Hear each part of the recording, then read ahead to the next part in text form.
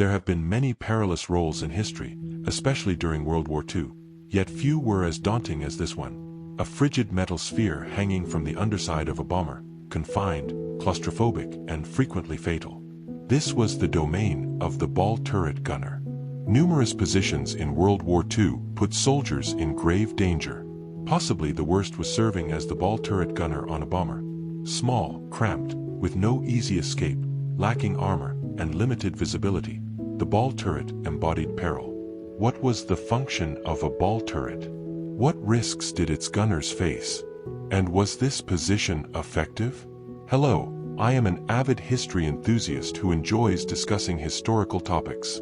Welcome to this episode of Land of History. Fire. Created in the 1930s, the ball turret was mounted on many U.S. planes, including heavy bombers and reconnaissance aircraft, during the conflict. Eventually phased out in later aircraft designs, it left behind the great hazards it presented. Two companies, Emerson Electric and the Sperry Corporation, first developed the ball turret. Emerson's design was soon discontinued, with Sperry's becoming the preferred model for the War Department, U.S. Army Air Forces, and Navy. The ventral ball turret was a hydraulically powered altismuth mount, fitted primarily on two aircraft, the Boeing B-17 Flying Fortress and the consolidated B-24 Liberator. The ball turret was also installed on PB-40Y1 Liberators used by the U.S. Navy and the B-24 successor, the consolidated B-32 Dominator. Suspended beneath a B-17 or B-24, this deadly pod rotated fully and carried 2.50 caliber machine guns. Its role was guarding the bomber's blind spot underneath.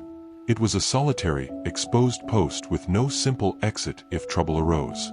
Together with the tail gunner, the ball turret gunner alerted the crew to incoming fighters from the 6 o'clock position. Although only 4 feet wide, it packed serious firepower with two Browning .50 caliber machine guns, each with up to 1,000 rounds, belt-fed.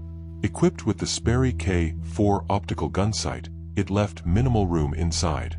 Because of the cramped space, maneuvering the Browning's controls was difficult, so a pulley system was introduced for easier operation. The gunner gripped two joysticks, one to pivot the turret and the other to fire the machine guns.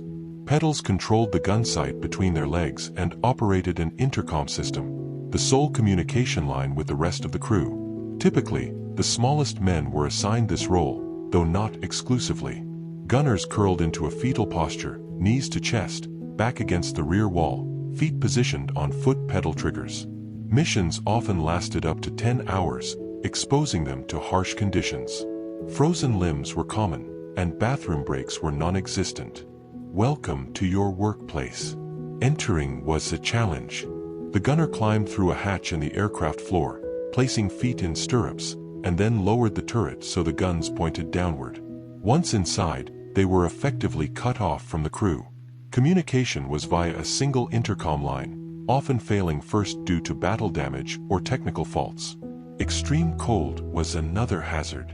Electrically heated seats were mandatory, but these systems were unreliable, and at 25,000 feet, temperatures dropped to -50 to -70 degrees Fahrenheit.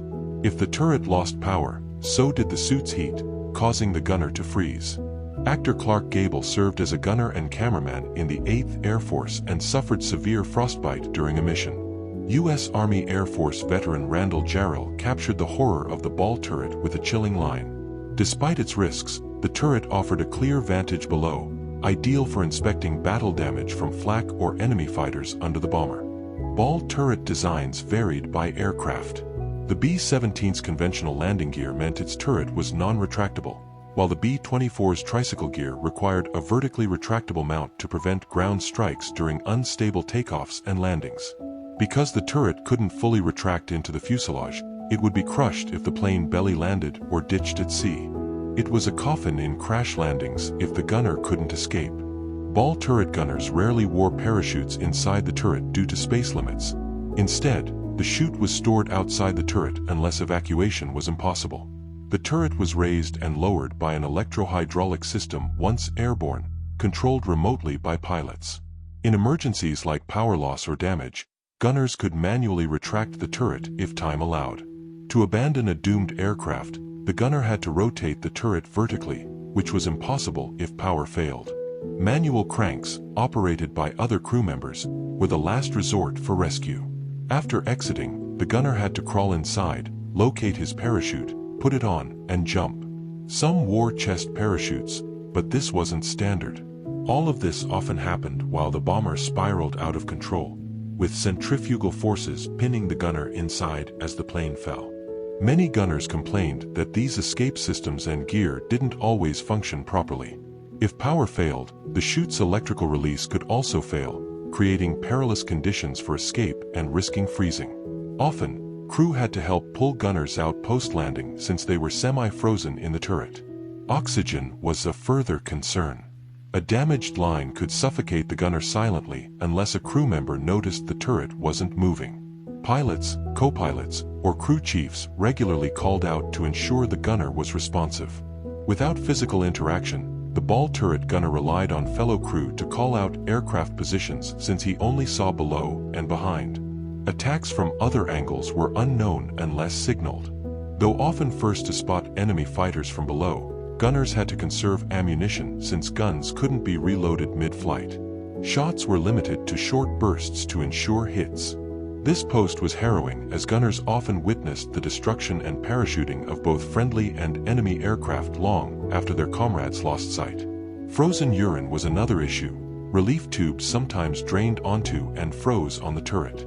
One inventive gunner solved this by having men urinate in cans and toss them overboard, even rigging a hose to avoid the problem. Battlefield necessity drives invention.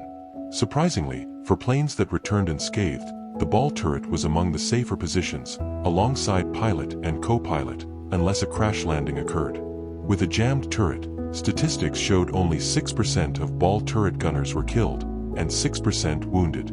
But this didn't count planes that never returned. Due to the complicated evacuation process, ball turret gunners were often the last to escape, if they escaped at all. In crashes, they frequently perished. If an aircraft spiraled or lost control, the gunner had to rotate the turret vertically, unlock the hatch, disconnect oxygen, exit, get the parachute, put it on, and find a way out. That's a lot of steps during a fall. By war's end, new aircraft designs abandoned the ball turret entirely due to its dangers. With improved long-range fighter escorts, bombers were lost less often to enemy fighters. Near the close of World War II, Airco's ball turret became the favored armament for two U.S. Navy bombers, the consolidated PB-4Y-1 Liberator and the PB-4Y-2 Privateer. Unlike earlier models, this ball turret fulfilled two roles during low-level assaults on Japanese targets, suppressing enemy fire and strafing for anti-submarine warfare, while also defending against frontal attacks. But how did the opposing fighter pilots view this threat? German and Japanese pilots modified their attack strategies in response to the evolving tactics and upgraded versions of heavy bombers. The B-17F lacked a forward-firing chin turret, which allowed braver and more skilled enemy pilots to launch head-on attacks, exploiting the area with the weakest defensive fire. To counter this tactic, the B-17G and later B-24 Liberator models added two extra .50 caliber machine guns to the nose.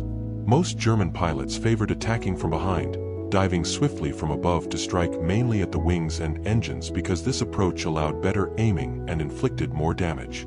However, the ball turret beneath served as a major deterrent, as its gunner had time to lock onto attackers. Luftwaffe ace Major George Peter Eder recounted from experience, attacking a Boeing or Liberator from underneath was ill-advised.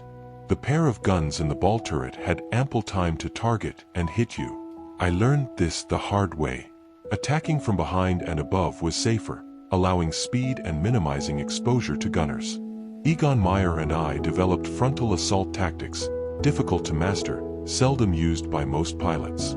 I'd say the ball turret stopped many pilots from attacking below until the arrival of the Me-262, whose speed made such tactics less risky, though I still avoided it. Eder credited 36 of his 76 aerial kills to four-engine bombers like the B-17 and B-24, but was shot down 17 times and wounded 14, 3 injuries being severe. His last shoot-down ended his wartime service. Similarly, Major Anton Heckel experienced his own hard lessons. Of his 192 victories, 34 were heavy bombers. He said, yes, attacking from underneath was not a good idea. You might hit or kill the ball turret gunner, but risk severe damage yourself. I advised against it. Exiting an aircraft at that altitude in freezing temperatures amidst flying metal was terrifying. Despite the protection the ball turret gave its crew, flak was likely the ball turret gunner's greatest threat. Flak fire was indiscriminate and intense. Bombers often flew through walls of exploding shrapnel that shredded men and machines alike. The ball turret, exposed on the underside, was especially vulnerable to these bursts. The U.S. Army Air Force's ball turret gunners had perilous assignments, like all-men onboard heavy bombers pressing deeper into German-held regions. Yet the man suspended beneath the aircraft, isolated from comrades, faced unique psychological and physical dangers. They were exceptionally courageous, and survival often meant extraordinary luck.